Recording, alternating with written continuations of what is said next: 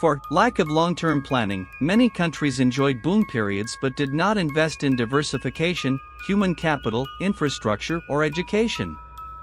When the boom ended, there was no cushion. 5. A brain drain and capital flight. Wealth and talent leave when things go wrong, which further weakens the economy. Capital flight especially undercuts finance. For instance, the concept of capital flight notes how assets move out of a country when confidence collapses.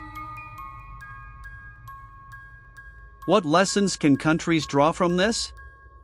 Diversify the economy, as relying on a single resource is risky. Build strong institutions, as the rule of law, transparent governance, stable politics underpin long-term prosperity. Prepare for boom-bust cycles during favorable global conditions. Avoid short-termism such as misgovernance, weak reforms, and lack of planning. Adapt to the geopolitical shifts such as global markets, labor flows, technological changes, etc. So, we can conclude that a country can be blessed with natural resources and strategic location, but if it doesn't adapt, diversify, and manage wisely, that blessing can become its undoing. What are your thoughts on this?